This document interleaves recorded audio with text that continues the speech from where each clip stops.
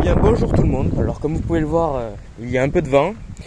Je vous montre pas de suite là où je vais, car c'est un endroit que je ne connais pas vraiment, je vous l'avoue. Et vous allez voir que c'est un endroit assez spécifique et il a un certain charme. Alors je vous en dis pas plus et ce que je vous propose c'est qu'on se retrouve directement sur le terrain. Ah, je vous pose là juste 2 secondes. Il y a une jolie parade de... Je sais pas ce qui se passe, il y a un regroupement de rapaces là au-dessus de moi. Bon, c'est pas des espèces rares, hein, ça reste des buses, quelques lagnons. Je vais vous mettre des images là, c'est magnifique ce qui est en train de se passer, vraiment. Il y a pas de carcasse ou quoi, il n'y a rien. Je sais pas pourquoi, c'est au-dessus du champ là, ils viennent être déchaumés, donc ils viennent retourner le chaume en fait, et ça fait que je sais pas, les rapaces pour chasser ils doivent aimer ça, et du coup ils sont tous au-dessus de ma tête là, c'est juste impressionnant. On dirait un peu les vautours en montagne, sauf que là j'ai jamais vu ça dans les campagnes du Gers. C'est magnifique de voir ça, vraiment. Et c'est vrai que j'étais déjà venu ici, c'est un joli coin à rapaces. Bon allez, je vais laisser tranquille, je vous mets les images maintenant avec un peu de musique. Le temps, je vais me rendre au lieu de rendez-vous et on se retrouve là-bas. Allez.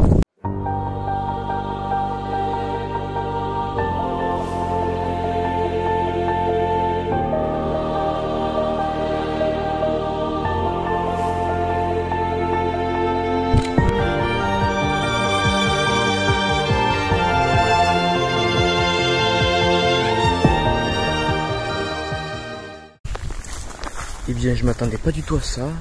Je suis passé dans ce chemin en fait, c'est un petit chemin arboré de 2 haies de chaque côté. Et bien sur ce champ qui est juste à côté, il y a eu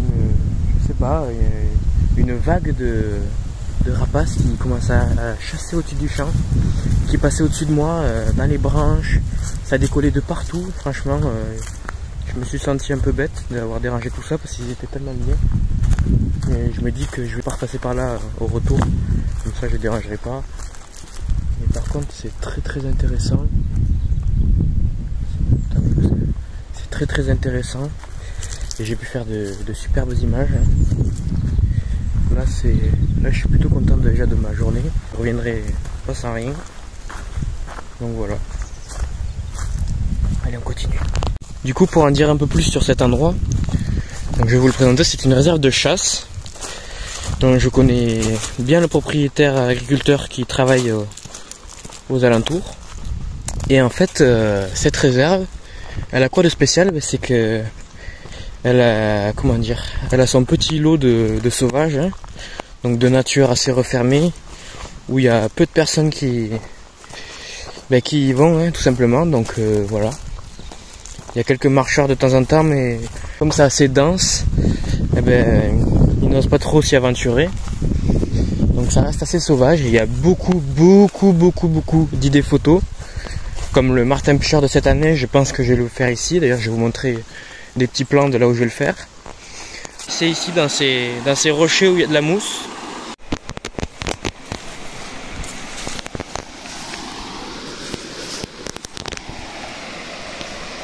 Le sanglier aussi.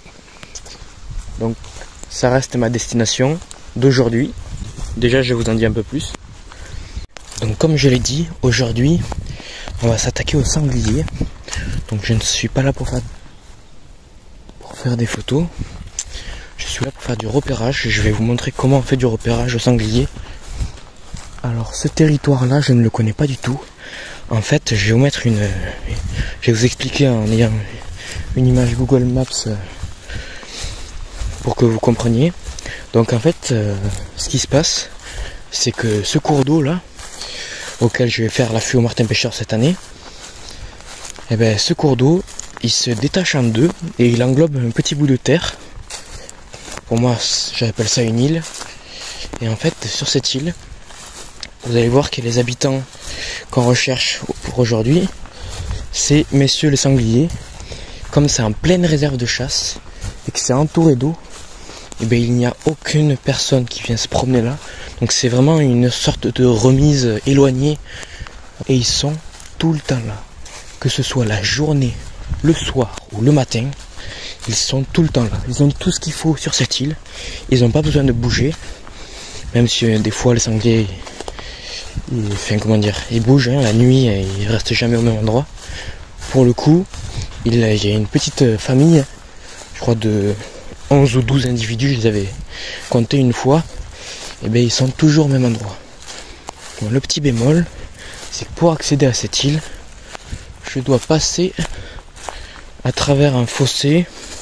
Ensuite, j'ai à esquiver un troupeau de chèvres, de chèvres naines. Et ensuite, je vous montrerai une petite cascade assez sympa. Mais pour l'instant, il reste à accéder sur l'île. C'est assez ouvert quand même hein, comme milieu. Mais on voit bien que c'est vraiment creusé en face. Avec les eaux hein, qui passent le courant. Hein. La ripisylve s'est détachée complètement. Et donc ça a fait des ornières et elles sont vraiment infranchissables. Donc là, je ne passe pas, bien entendu, je ne passe pas sur le terrain privé. Hein. Je passe vraiment à côté. Donc là, il y a le grillage, il y a les chèvres. On va surtout pas les déranger. Surtout que la dernière fois, ils étaient en liberté. J'ai failli me faire attaquer.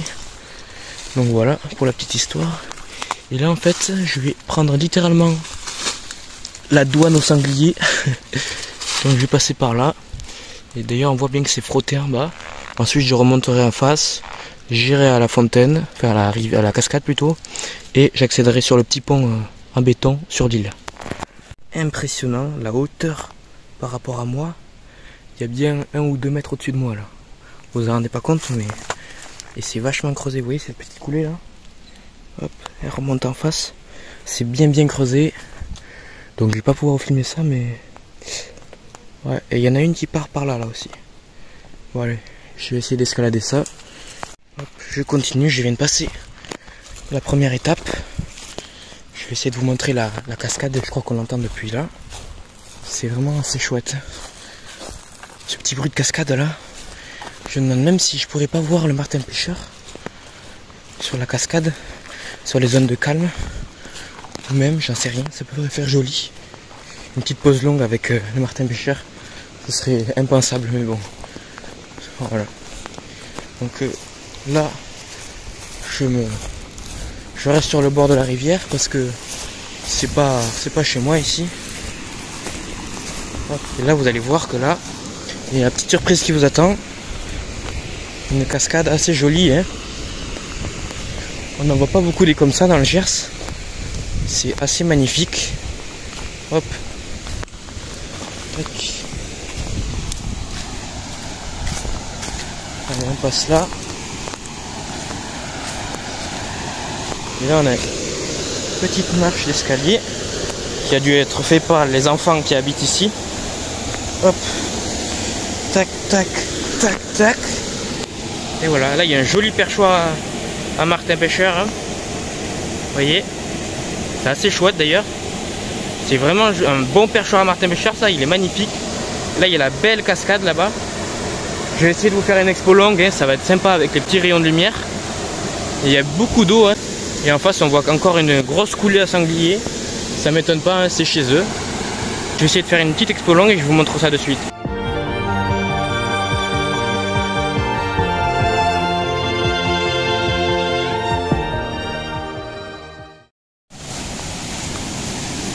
Hop.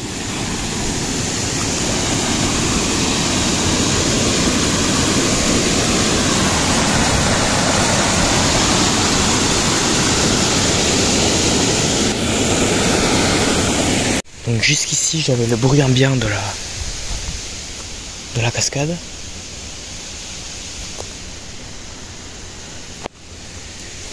Et là, je peux me rendre sur la petite île. Hop, via ce petit pont. C'est magnifique vraiment. On voit qu'il y a une petite crotte de mustélidée là. Elle est assez fraîche, elle doit être récente de cette nuit à mon avis. Et là il y a un petit parcours en fait. Donc c'est ici. On est rendu sur l'île aux sangliers. Regardez-moi ça. C'est magnifique vraiment. C'est vraiment très joli. Là c'est les ronciers, donc je pense que ça doit être une zone de repos. Je vais suivre ce petit chemin pour voir où il me mène. On voit encore un plein de coulées pour traverser. Il y a plein de coulées comme ça. C'est très riche. Pareil, il y a des gros ronciers. Ça m'étonnerait pas qu'il y en ait un qui sorte, qui doit dormir là-dedans. Parce qu'il y a vraiment des grosses coulées. D'ailleurs, c'est peut-être un risque ce que je prends là. Il y a des très gros ronciers. Mais bon.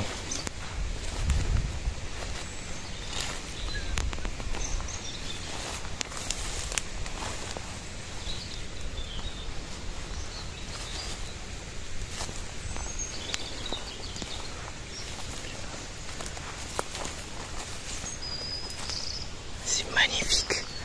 Je prends vraiment un risque parce que c'est vraiment une zone où il pourrait dormir. Et me faire plier les genoux par un sanglier, c'est pas ce que je recherche aujourd'hui. Il faut quand même être conscient que c'est des animaux qui sont potentiellement dangereux, dans le sens où lorsque l'on rentre sur leur territoire, ils peuvent adapter une sorte de mécanisme de défense et potentiellement nous charger en prenant la fuite. Il faut vraiment pas se retrouver sur son passage. Il est un peu tête brûlée pour ce genre de choses. J'ai déjà eu l'occasion de me faire, comment dire, de me faire charger de nombreuses fois. Donc pour ça je vais vous dire que je connais le sujet. J'ai aussi eu l'occasion de le photographier. Pareil à plusieurs reprises. Mais je vais vous avouer quelque chose. Je suis pas ultra satisfait des photos que j'ai pu en tirer lors de l'année dernière. C'est produite ma première rencontre avec le sanglier. Je vous invite à aller voir la vidéo. Pour ce coup-là, tout était programmé. J'avais ma chaise à fût. J'avais fait du beau repérage. Donc de ce côté, il n'y avait pas de problème. Donc voilà. On va rentrer dans une zone vaste.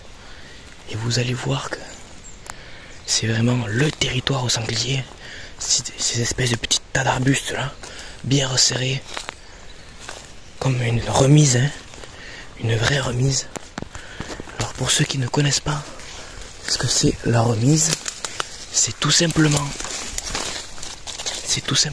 un endroit hein, de repos pour les sangliers. Un mélange de ronciers et de zones marécageuses. Comme ici, vous pouvez le voir, la terre est très sèche. On voit qu'il y a déjà eu des inondations, que ça a déjà été sous l'eau. Donc voilà, je vais inspecter pour voir s'il n'y a pas... Ah bête, je pourrais limite m'arrêter au premier arbre parce qu'en fait, ce que vous voyez là, c'est tout simplement les sangliers qui s'y frottent, hein, qui se frottent contre l'arbre. On voit des dépôts de terre d'ailleurs, et une trace de défense. Ils se frottent contre l'arbre, hein, contre les petits arbustes comme ça, pour tout simplement enlever leurs parasites. Parce qu'en fait, quand ils se souillent, des fois ils ont des démangeaisons, hein, donc les parasites, et ces démangeaisons là, ils se les soulagent en se frottant tout simplement. Donc là c'est une zone vraiment de repos. Je vais pas forcer non plus, hein, je vais pas rentrer là-dedans parce que je sais très bien ce qui va se passer. Donc j'ai oublié mes caméras infrarouges, je viens de m'en rendre compte maintenant. Et je vais tout simplement prendre des photos. Et voilà, on va prospecter. Je vais prendre des photos, je vous mettrai les photos que j'ai prises. Et on continue et on va voir les indices de présence. Si on peut trouver une souille en bord de rivière, ça peut être chouette. Mais vu la sécheresse qu'il y a là, Surtout ces 2 dernières semaines, il n'y a pas eu trop de pluie. Allez, je continue. Donc je poursuis mon enquête. Donc en fait, d'ailleurs je dis plusieurs fois donc je vais arrêter de le dire. En fait, plus j'avance, plus je me rends compte qu'il y a plusieurs zones. Il y a une zone de repos, c'est plus côté roncier. Une zone de nourrissage, ça va être plus le côté vert. Et enfin, il y a une zone une espèce de remise. Pareil, une zone de repos, mais lui s'y cache la journée quand il fait très chaud, comme aujourd'hui. Ça c'est être en automne, mais les journées restent assez chaudes.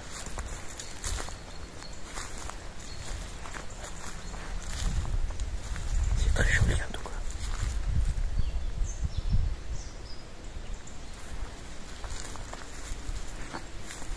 Je pense que je vais quitter le chemin alors que je suis, parce que ça mène à une maison. D'ailleurs je comprends pas trop le système là, mais c'est une maison. J'ai l'impression qu'il n'y a personne. Je sais pas trop. Je vais pas rester là.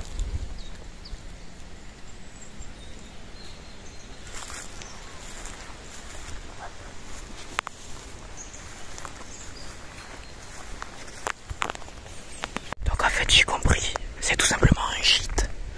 En fait c'est la maison au-dessus. Quand j'ai traversé le fossé, ils ont créé une extension et ils ont fait un gîte assez mignon.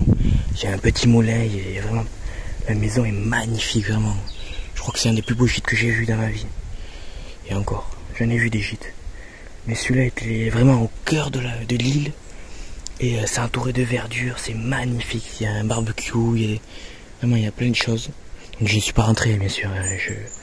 D'ailleurs je m'en éloigne parce que ça se fait pas trop. Et en fait ils ont tout simplement clôturé parce qu'ils savent qu'il y a des sangliers. Donc encore une preuve comme quoi il y a des sangliers dans ce secteur. Et on voit là-bas le piquet qui a été complètement couché par les sangliers. Et là on voit un énorme roncier qui s'oppose à moi là. Donc je vais longer ce roncier.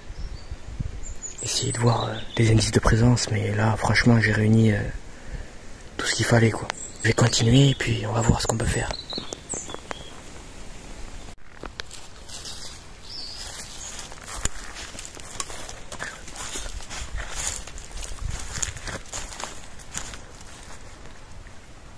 Je vais m'arrêter ici parce que on dirait que le roncier s'oppose vraiment à moi. Il fait une sorte de barrière, je ne peux pas continuer. Je vais voir s'il n'y a pas une petite issue pour que je puisse le contourner. Je vais passer derrière le gîte et continuer ma route tranquillement, en espérant qu'il y ait un petit chemin.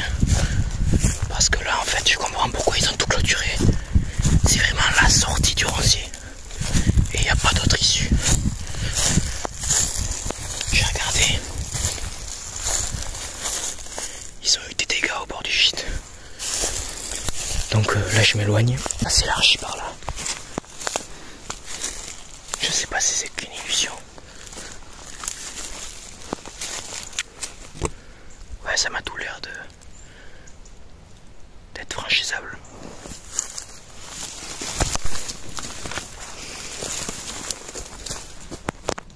Yes. Ah, je me suis accroché.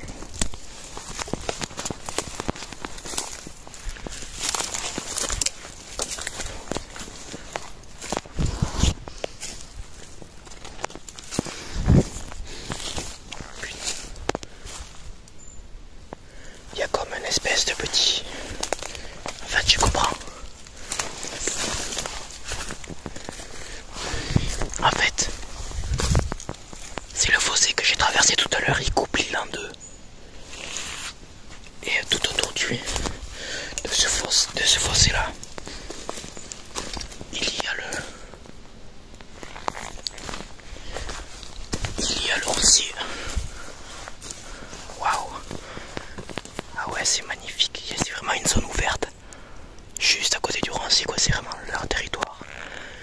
Vraiment.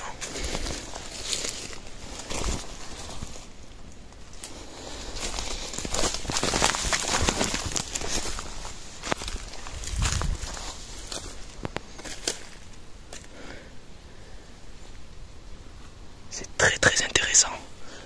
C'est vraiment super intéressant.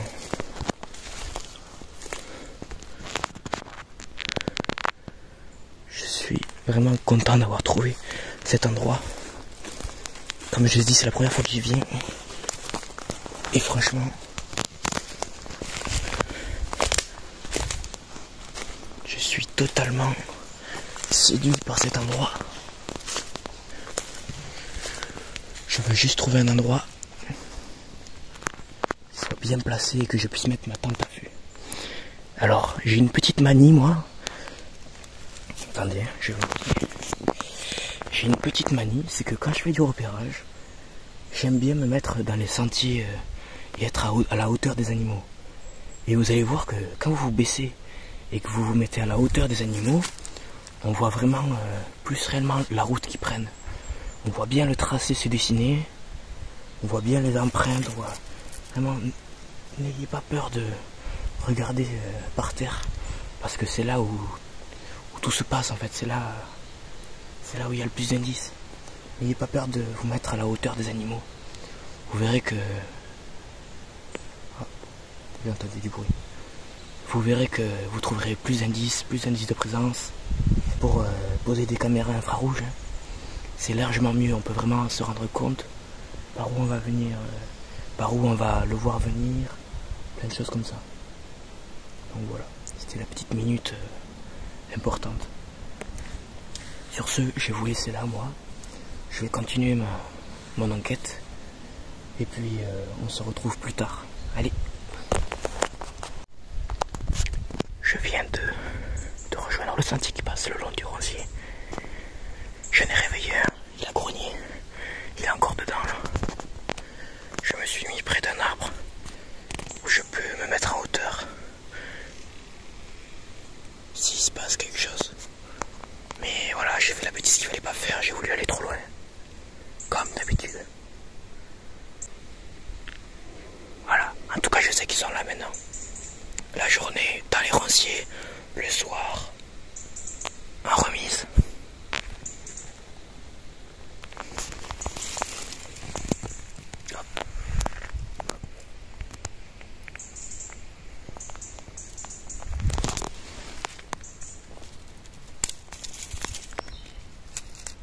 Il a fait caca dur. Mais ouais, ils sont là les pépères, ils sont là.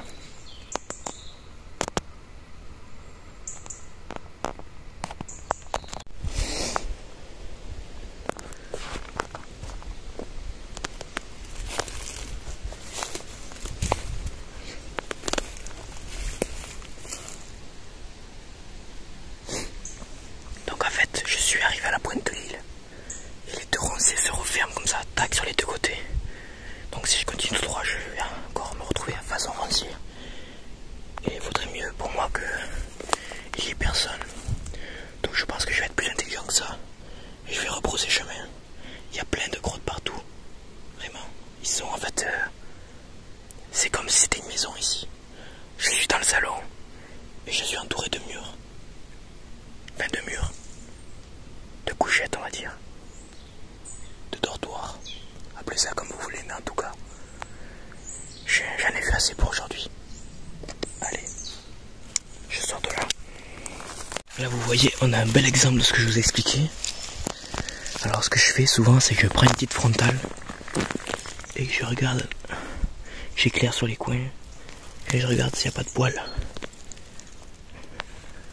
Ça indique des passages assez récents normalement. Hop, mais non.